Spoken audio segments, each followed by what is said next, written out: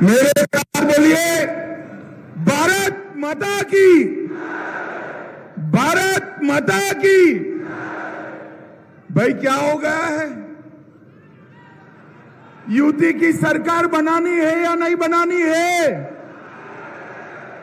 अगर बनानी है तो ऐसी आवाज नहीं चलेगी। मेरे साथ दोनों हाथ उठाइए, उठाइए दोनों हाथ।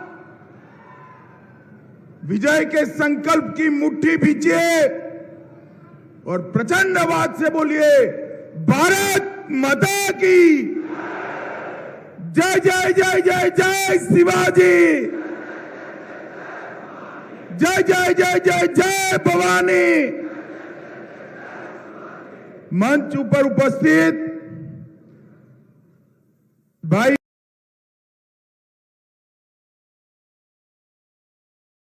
आप सभी को नमस्कार, आप सभी को नमस्कार। सबसे पहले तो मैं आप सभी का दो हाथ जोड़कर क्षमा मांगना चाहता हूं। मुझे आने में काफी देर हो गई है। आज भारतीय जनता पार्टी का संकल्प पत्र घोषित करना था, वहां पर देरी हो गई, इसलिए मैं आप सभी से क्षमा प्रार्थी करता हूं। भाइयों बहनों, ये 10 नवंबर का दिन बहुत महत्वपूर्ण दिन है। आज के दिन को न केवल महाराष्ट्र, पूरा देश शिव प्रताप दिवस के रूप में मनाता है। आज के ही दिन 1659 में महान शिवाजी महाराज ने अफजल खान का वध कर भगवा फहराने का काम किया।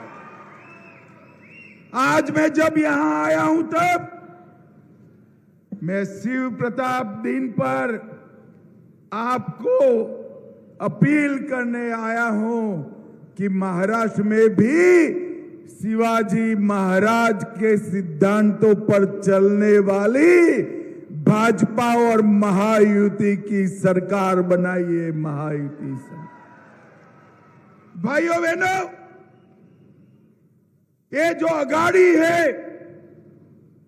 जो हमारे सामने चुनाव लड़ रही है, इनका एकमात्र उद्देश्य है सिद्धांतों से समाधान कर येन केन प्रकारेण सत्ता प्राप्त करना। और भारतीय जनता पार्टी, शिवसेना और अजीत दादा की एनसीपी का उद्देश्य है शिवाजी महाराज के सिद्धांतों पर महाराष्ट्र को देश का नंबर 1 राज्य बनाना। नंबर 1 राज्य। मैं यहां जब आया हूं तब मैं अघाड़ी वालों को पूछना चाहता हूं, कांग्रेस पार्टी, शरद पवार जी और उद्धव ठाकरे तीनों एक दल के अंदर लड़ रहे हैं। आप मुझे बताओ भाई, ये राहुल बाबा हमारे सावरकर जी का विरोध कर रहे हैं। रावेर वालों, आप लोग उससे सहमत हो क्या? जोर से बोलो, सहमत हो? आज मैं कह कर जाता हूं, उद्धव जी, आप में अगर दम है तो राहुल बाबा से सावरकर जी और बाला साहब ठाकरे के लिए 2 अच्छे शब्द बुला दो भैया, 2 अच्छे शब्द। वो नहीं बोलेंगे क्योंकि इस सिद्धांतों से बना गठबंधन नहीं है। हमारा गठबंधन महाराष्ट्र की संस्कृति की रक्षा के लिए बना है। हमारा गठबंधन शिवाजी महाराज के सिद्धांतों पर चलती हुई पार्टियों का गठबंधन है। और हमारा गठबंधन महाराष्ट्र को समृद्ध बनाने वाला गठबंधन। भाइयों बहनों, अभी उलेमाओं के एक संगठन ने कांग्रेस पार्टी को एक आवेदन पत्र दिया, जिसमें इन्होंने कहा है कि महाराष्ट्र में मुसलमानों के लिए 10% आरक्षण करिए। इसका मतलब क्या होता है? इसका मतलब ये होता है कि 50% आरक्षण ऑलरेडी हो चुका है, बढ़ोतरी करनी है तो किसी का काटना पड़ेगा। अब 10% अगर माइनॉरिटी को देना है तो दलितों का, आदिवासियों का और ओबीसी का आरक्षण काट कर देना पड़ेगा। रावेर वालों, पिछड़ा वर्ग का, ओबीसी वर्ग का आरक्षण कट जाए, उसमें आप सहमत हो क्या? अरे जोर से बोलो, सहमत हो? दलितों का कट जाए, इसमें सहमत हो? और आदिवासियों का कट जाए, उसमें सहमत हो? ये अगाड़ी वाले सत्ता की भूख में अंधे हो चुके हैं। मगर मैं कहकर जाता हूं, जब तक भारतीय जनता पार्टी का एक भी सांसद या विधायक विधानसभा और संसद में है, माइनॉरिटी को आरक्षण नहीं मिल पाएगा। ये हमारा संकल्प। भाइयों बहनों, मुझे बताइए थी या नहीं हटानी चाहिए थी? हमने धारा 370 को हटा दिया। मोदी जी ने आजादी के बाद सबसे बड़ा फैसला लिया, धारा 370 हटाने का। इसका बिल लेकर जब मैं आया संसद में, ये सारे कांग्रेस, शरद पवार की पार्टी, ममता, ये अपने अखिलेश यादव, स्टालिन, ये सारे काऊ काऊ काऊ काऊ काऊ काऊ काऊ काऊ कर, वो कह रहे थे मत हटाइए भाई। मैंने बोला क्यों न हटाए? तो उन्होंने कहा खून की नदियां बह जाएगी। अरे राहुल बाबा, 6 साल हो गया, खून की नदियां छोड़ो, किसी की कंकर चलाने की हिम्मत नहीं है कंकर चलाने।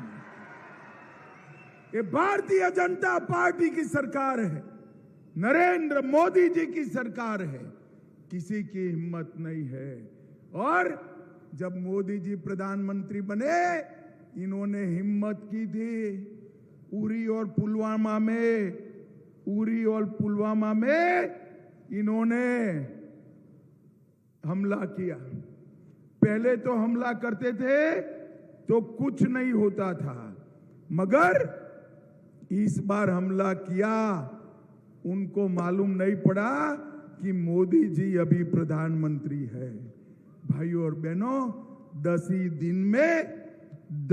दिन के अंदर पाकिस्तान के घर में घुसकर सर्जिकल स्ट्राइक और एयर स्ट्राइक कर आतंकवादियों का सफाया करने का काम हमारे नरेंद्र मोदी जी ने। ये अगाड़ी वाले तुष्टीकरण के लिए देश की पूरी सुरक्षा को पर ताक पर लगाए हुए। भाइयों बहनों, मैं आज आपको कहने आया हूं, ये अयोध्या में राम मंदिर बनना चाहिए था या नहीं बनना चाहिए था? अरे जोर से बोलो रावेर वालों, बनना चाहिए था या नहीं बनना चाहिए था? कांग्रेस पार्टी ने, शरद पवार जी ने 70 साल तक राम मंदिर को लटका कर रखा, अटका कर रखा, भटका कर रखा। आपने 2019 में मोदी जी को प्रधानमंत्री बनाया। मोदी जी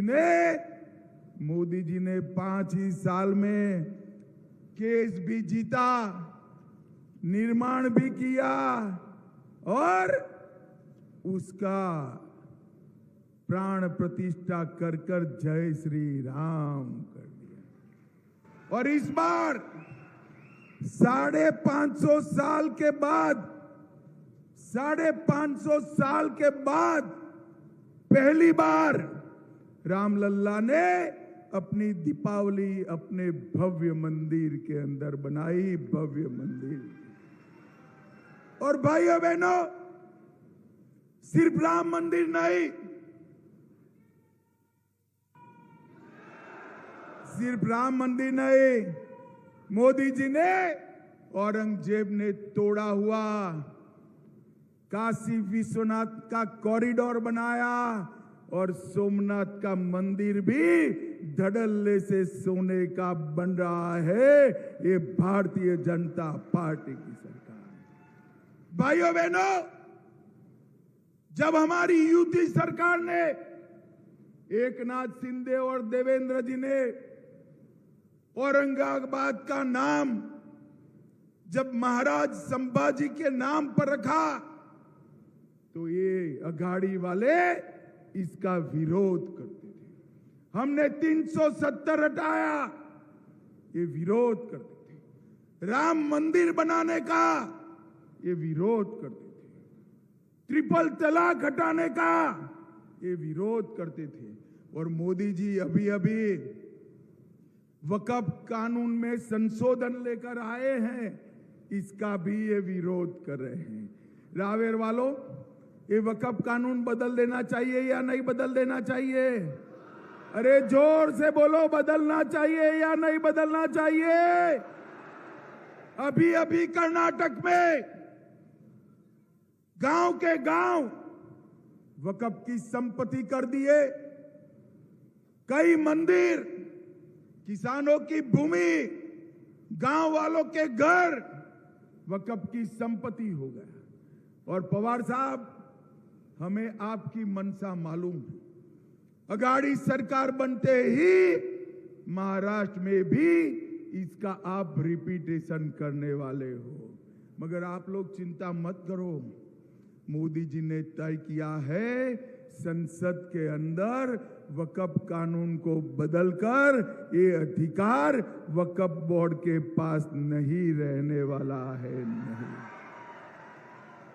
भाइयों बहनों, ये अघाड़ी वाले कहते हैं कि हम महाराष्ट्र का विकास करना चाहते हैं। 2004 से 14 केंद्र में और महाराष्ट्र में अघाड़ी की सरकार थी।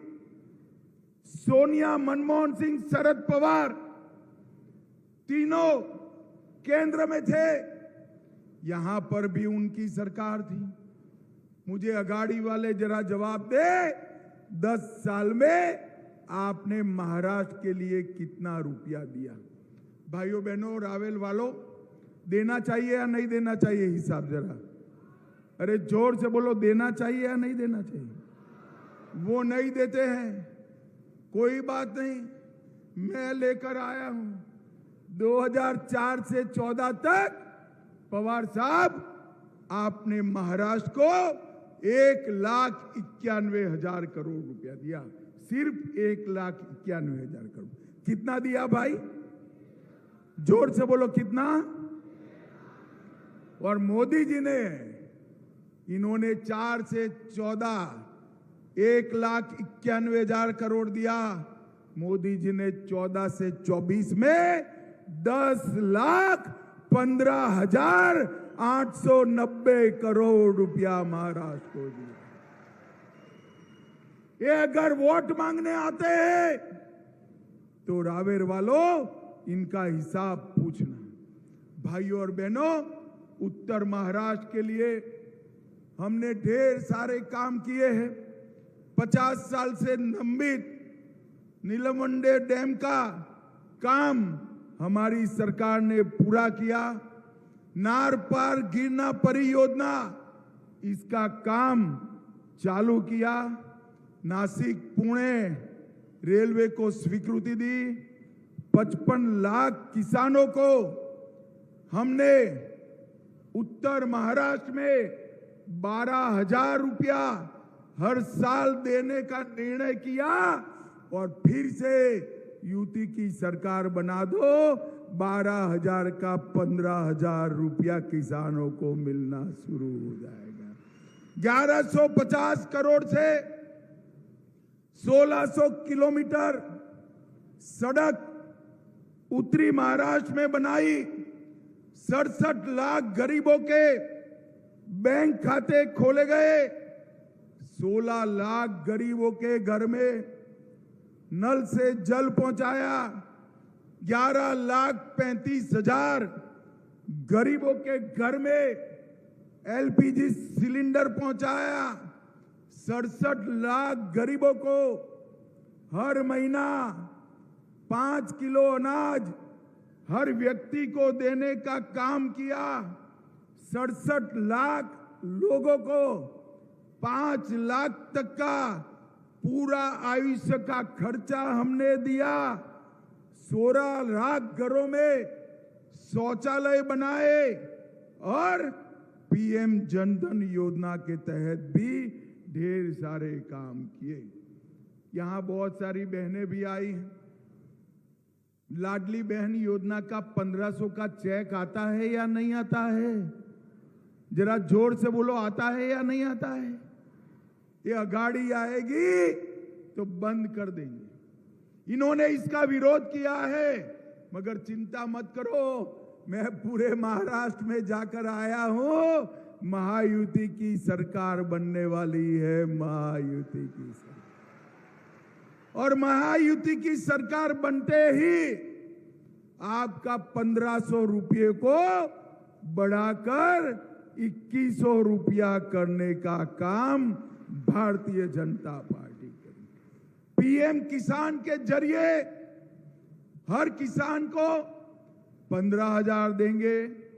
20% एमएसपी बढ़ाई जाएगी। वृद्ध, विधवा और दिव्यांग का पेंशन 1500 रुपये से बढ़ाकर 2100 रुपया किया जाएगा। एक बहुत बड़ी अमाउंट मूल्य को, कीमतों को कंट्रोल करने के लिए सुनिश्चित की जाएगी और 25 लाख नौकरियों का सृजन हर साल करने का काम भारतीय जनता पार्टी करेगी। 10 लाख विद्यार्थियों को 10,000 ट्यूशन फी देंगे। 45,000 गांव में पंडन सड़कों का निर्माण करेंगे। आशा वर्कर और आंगनवाड़ी वर्कर को 15,000 का वेतन और स्वास्थ्य का बीमा देंगे और विजन महाराष्ट्र के तहत 100 दिन में महाराष्ट्र को भारत का नंबर 1 राज्य बनाने का कार्य योजना भी करेंगे। भाइयों बहनों, ये लोग आरोप लगा रहे हैं कि महाराष्ट्र में उद्योग नहीं आ रहे। मैं आज अगाड़ी के लोगों को जवाब देना चाहता हूं। जब आपकी सरकार थी, उद्धव जी मुख्यमंत्री थे, तो एफडीआई में महाराष्ट्र 4थे नंबर पर गिर गया था। देवेंद्र जी उप मुख्यमंत्री बने, एकनाथ जी मुख्यमंत्री बने। 2 साल से पूरे भारत में सबसे ज्यादा एफडीआई अगर कहीं आता है तो अपने महाराष्ट्र में आता है। इन्वेस्टमेंट में नंबर 1 पर महाराष्ट्र है। माताओं, भाइयों, बहनों, ये अगाड़ी सरकार महाराष्ट्र का भला कर नहीं सकती।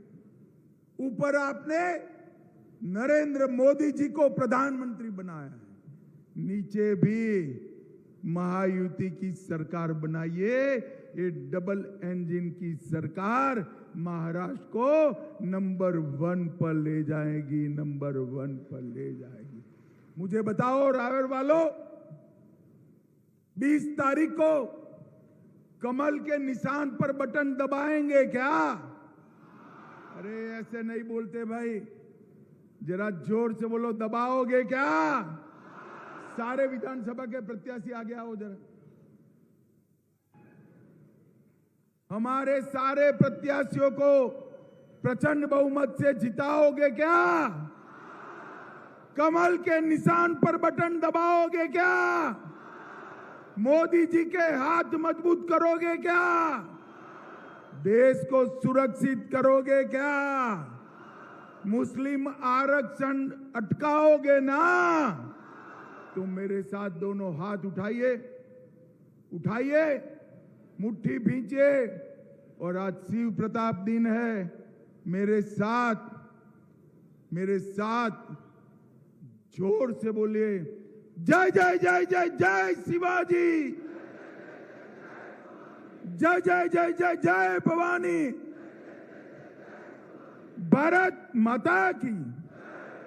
यहां पर डॉक्टर गुणवंत राव जी भी आए हैं। उन गुणवंत राव जी का स्मृति दिन है। हमारे पूर्व सांसद गुणवंत राव जी को भी मैं प्रणाम कर मेरे भाषण को समाप्त करता हूं। आप सभी का बहुत बहुत धन्यवाद।